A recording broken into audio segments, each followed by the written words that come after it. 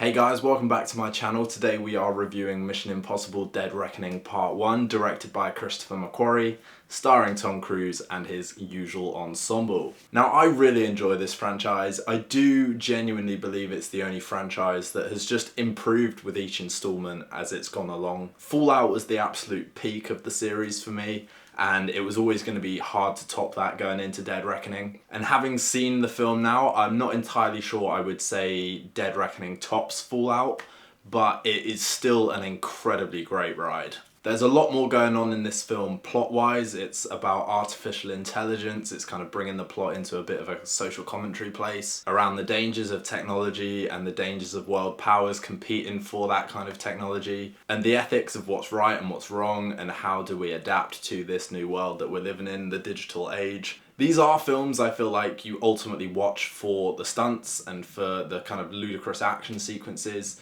that they somehow manage to pull off with practical filmmaking. And if the story and the characters happen to be good around that, then it's just an added bonus. And with Mission Impossible, it's normally solid, and Dead Reckoning is no exception. I don't feel like it has the same kind of dramatic weight that Fallout did, because in Fallout the story chose to bring back Julia, played by Michelle Monaghan, and that just lent a kind of personal stake to Ethan's story. And there is another personal element teased in Dead Reckoning, and I'm not sure if they're kind of withholding that for part 2, where they're going to delve into it a lot deeper. But it was only really drip fed into the narrative. You only got brief glimpses of this kind of personal backstory for Ethan Hunt, and you never really get to explore it to the point where it lands with any real significant emotional weight. And the other thing was that in Fallout, it felt like the film was presenting Ethan Hunt with these really morally compromising situations. You had the scene with the French policewoman who caught them red-handed, and there was the scene before the freeing of Solomon Lane where Ethan Hunt kind of played the scenario out in his head where he might have to kill an innocent civilian. And while I wasn't a huge fan of the way they kind of teased that potential compromise and then just withdrew from it, I really liked that the thought process was there of showing these scenarios and making it look like Ethan Hunt might have to make a very tough call.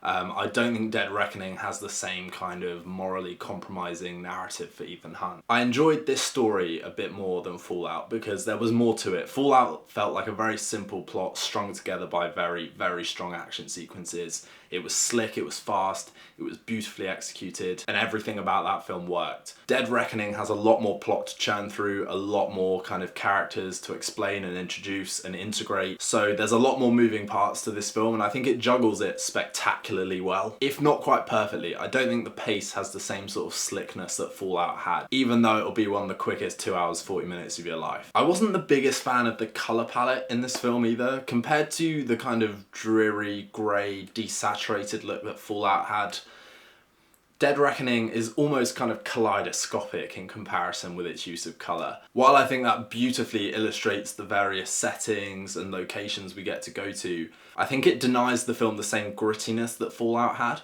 But that's not a major criticism. The film is a visual spectacle and you cannot take that away from it. Action-wise, these films are still top of their game. Whether that's wheels on the ground in car chases, close intimate fistfights, jumping out of planes or jumping off of cliffs in this film, fighting on top of trains, knowing they did it all practically is half the reason this franchise lives and breathes as well as it does. Because while you're watching it on screen, you know how easy that could be CGI. And visually it might not look that different, but it just would not land with the same level of impact visually, knowing that it wasn't done for real. And just knowing that Tom Cruise is doing that just adds a level of thrill to these films. Interestingly for me, I found my favourite set pieces in this film to be the less impressive stunt work, but set pieces that were more oriented around heightening the dramatic tension. The sequence in Rome that sort of congregates all our characters together, followed by Tom Cruise doing his classic sprinting,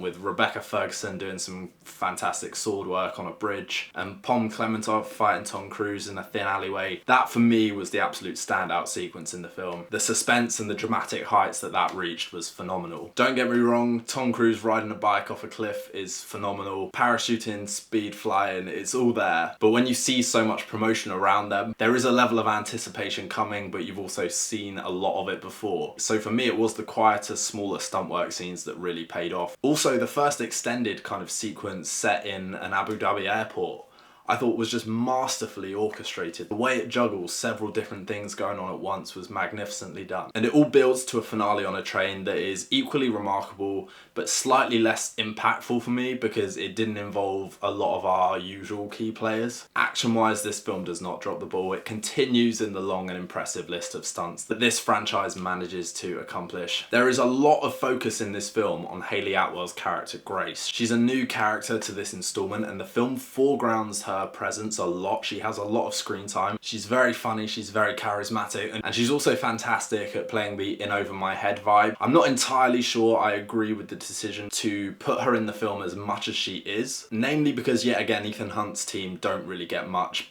in the way of emotional growth and character development. They're the reliable accomplices, they're the comedic relief, but they never really get much room to grow as characters. While the films have started to give them more to do, I don't think that necessarily equates with room to grow. You get brief moments and glimpses of that, and Ving Rhames and Simon Pegg are fantastic at delivering the nuance of their characters. But when these films kind of choose to devote so much time to new characters, you do wish you'd get these scenes that would lend a bit more depth to well-established characters. But overall, guys, this is an absolute thrill ride. It demands to be seen on the big screen. It is without question the best action film of the year so far. I don't think it's going to be topped. If it doesn't quite top Fallout for me, it's still probably my second favourite Mission Impossible film. While I think the film lacks an emotional focus for our lead and returning characters, I get the sense that that is being promised for part 2, so I will hold my breath. When you see it, guys, do drop a comment below and let me know what you think. Please also consider liking and subscribing to the channel. That's always a huge help for me.